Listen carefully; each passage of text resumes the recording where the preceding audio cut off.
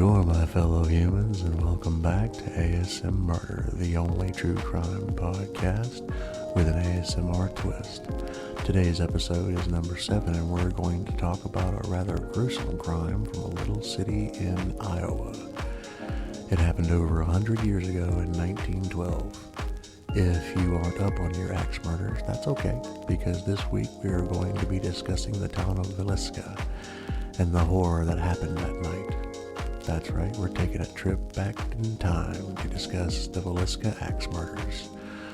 So come back with me, fellow humans, to June 10th, 1912. 8 people died that day, and there have been multiple suspects across the years.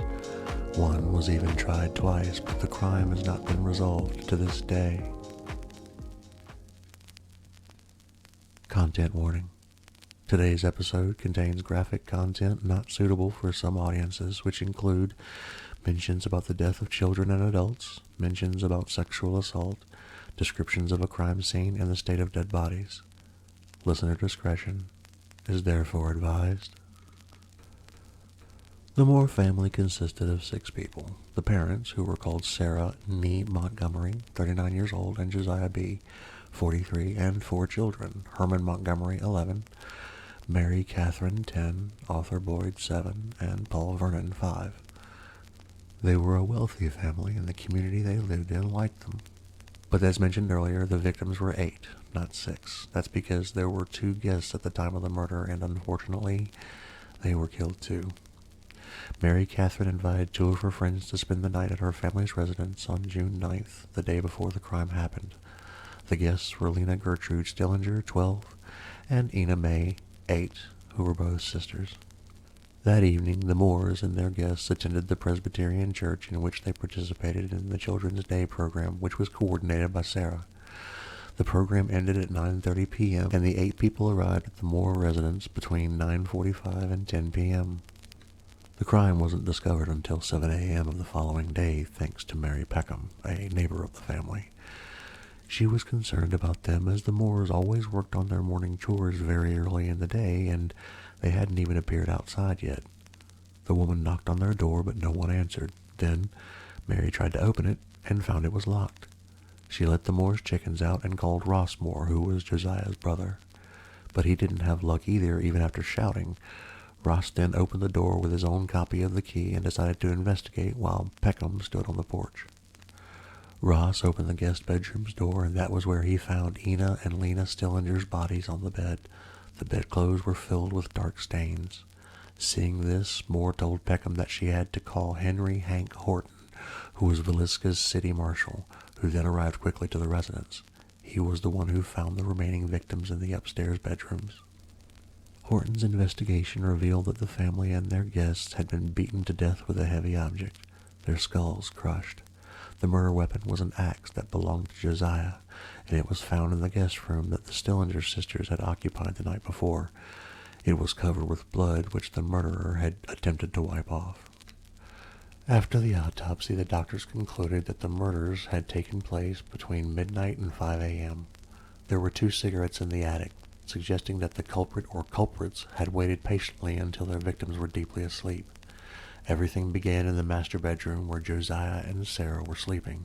Josiah seemed to be the main objective of the crime, as he had received more blows from the axe than anyone else, 30 in total.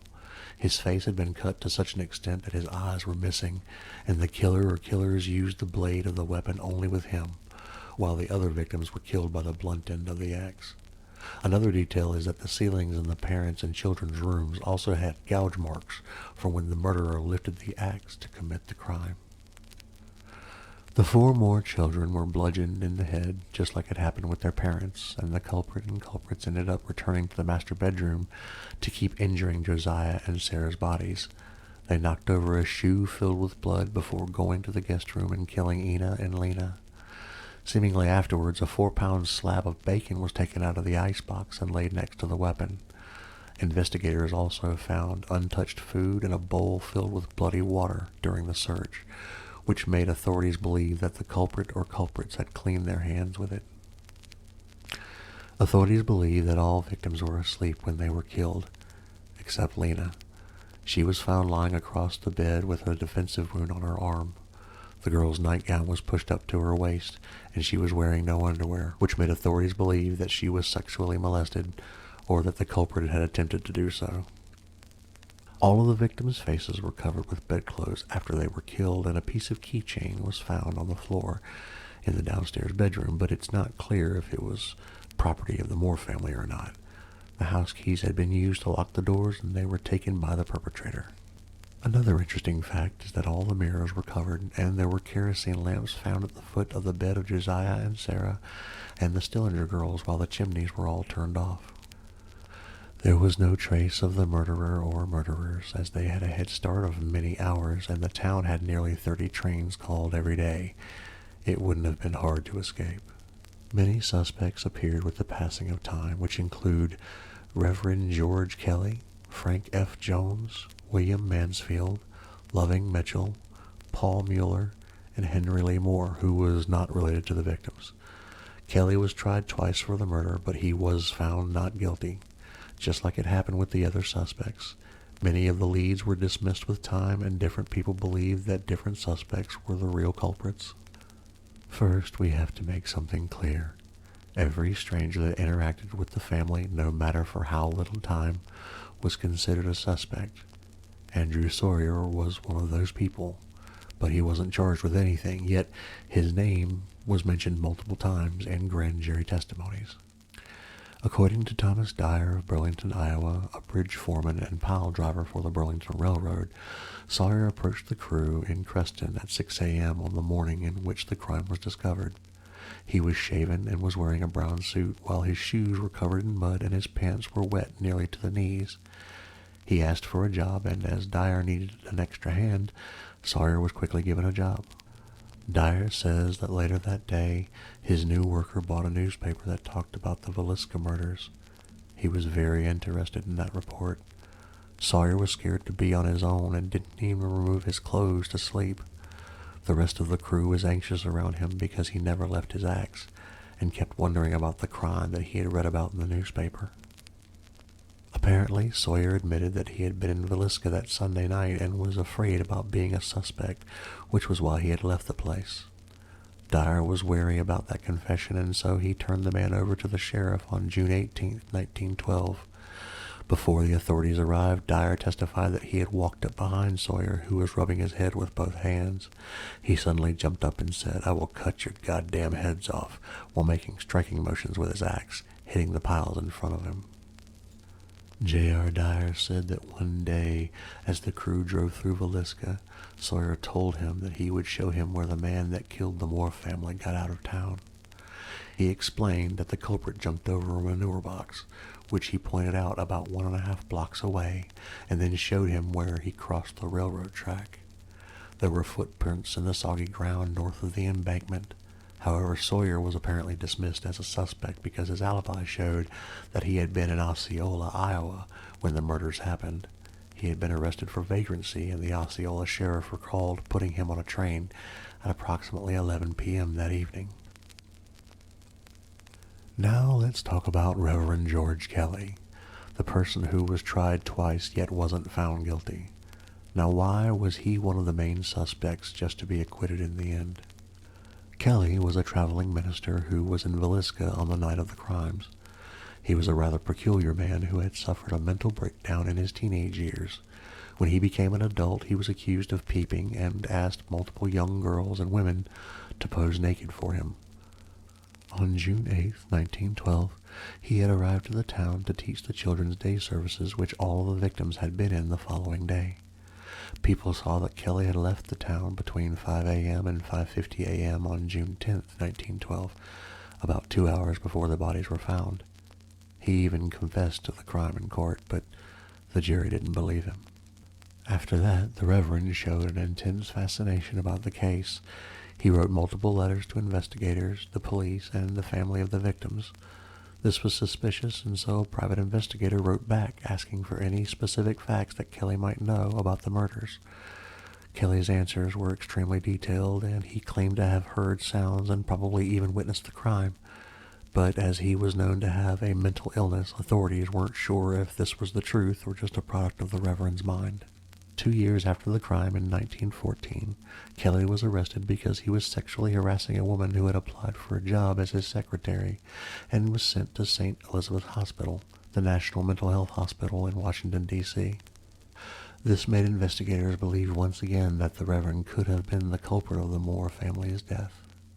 In 1917, Kelly was arrested for the Villisca murders, having confessed his guilt to the authorities, but he retracted, and after 2 different trials, he was acquitted.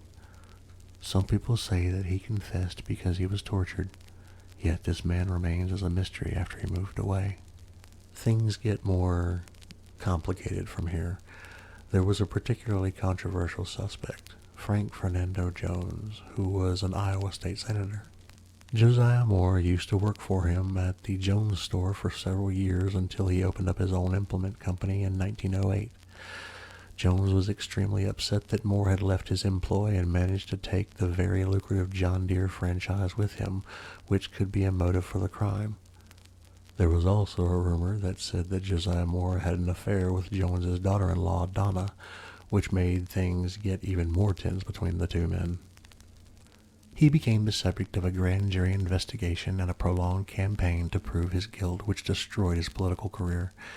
Yet, nobody was able to prove that Jones was the culprit, which leads to the following theory. They said that Frank Jones paid someone to commit the murders. Someone called William Mansfield, who lived in Blue Island, Illinois. Mansfield was the prime suspect of the Burns Detective Agency of Kansas City and Detective James Newton Wilkerson, and their investigation said that he was the culprit. According to Wilkerson, Mansfield was a cocaine fiend and serial killer, and he believed that this man was also responsible of killing his wife, infant child, father-in-law, and mother-in-law with an axe 2 years after the Villisca murders. Wilkerson also accused Mansfield of the axe murders committed in Paola, Kansas, 4 days before the Villisca murders and the murders of Jeannie Peterson and Jeannie Miller in Aurora, Colorado. This is because all the homicides were committed in the exact same way. All victims had been bludgeoned to death, the mirrors of the houses were covered, a burning lamp with the chimney off was left at the foot of the bed, and a basin in which the murderer washed was found in the kitchen. There were no fingerprints in each case, which indicated that the culprit or culprits were experienced or particularly careful. Wilkerson believed this was strong evidence that the man was Mansfield because he knew his fingerprints were in the system already. But Mansfield had an alibi thanks to his payrolls, which made him be released. Wilkerson believed that this was not the case and that Frank Jones had pressured the jury to declare the man innocent and then arrest and trial Reverend Kelly. The possibility of the crime being committed by a serial killer was big, suggested by Wilkerson's case against Mansfield. M.W. McClary, a federal officer assigned to the Villisca case, actually announced in May of 1913 that he had solved the crime. His theory was that Lee Moore, not related to the victims, was a serial killer and the culprit of Villisca murders and 22 other homicides. This man was actually convicted of the murders of his mother and grandmother, which took place several months after Villisca's crime. The weapon was an axe, just like the past murders. As all the cases had striking similarities, it led to the suspicion that some or all of the crimes were committed by him.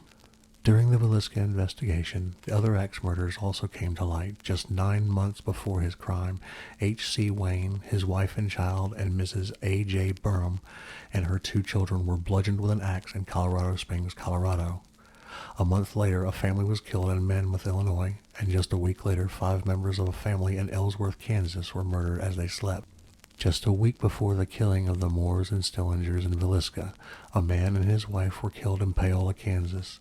The similarities of the murders were too many to be mere coincidences, and McClary believed that Henry Moore was the culprit of all those crimes. But his announcement went largely ignored, and it's unknown if Henry Moore was convicted for this. Few of Villisca's residents believed that this man was the murderer of the Moores, but according to the father of the Stillinger sisters, the man resembled someone he had hired in the past. It's not clear what happened afterwards, but most likely Henry Moore was not the man that Stillinger thought he was. The Moore family was buried at the Villisca Cemetery, and the Stillinger sisters were buried together in the same graveyard. Their murderer or murderers are most likely dead, so they probably won't have justice anytime soon. Nowadays, the house where the crimes happened is in the National Register of Historic Places.